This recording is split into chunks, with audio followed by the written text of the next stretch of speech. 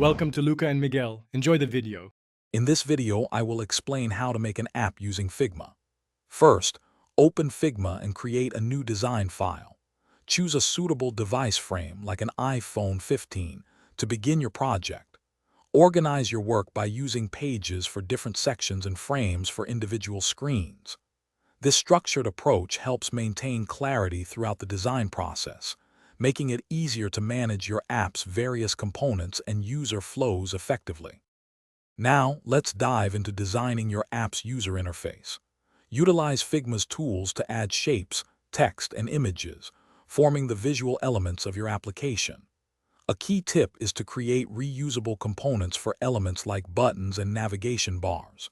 This ensures consistency and saves significant time. Remember to apply a consistent color palette and typography to establish a strong brand identity throughout your app. Next, we'll bring your design to life through prototyping. Connect your individual screens with interactive flows to simulate how users will navigate your app. Add engaging animations and smooth transitions between screens to create a more dynamic and realistic user experience. It's crucial to test your prototype thoroughly. This step helps you identify any usability issues or areas for improvement before development begins, ensuring a polished final product. Finally, it's time to share your masterpiece and prepare for development. Share your Figma design with stakeholders to gather valuable feedback and foster collaboration.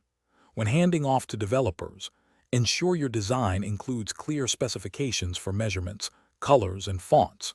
Export all necessary assets, such as icons and images, and provide comprehensive design system documentation.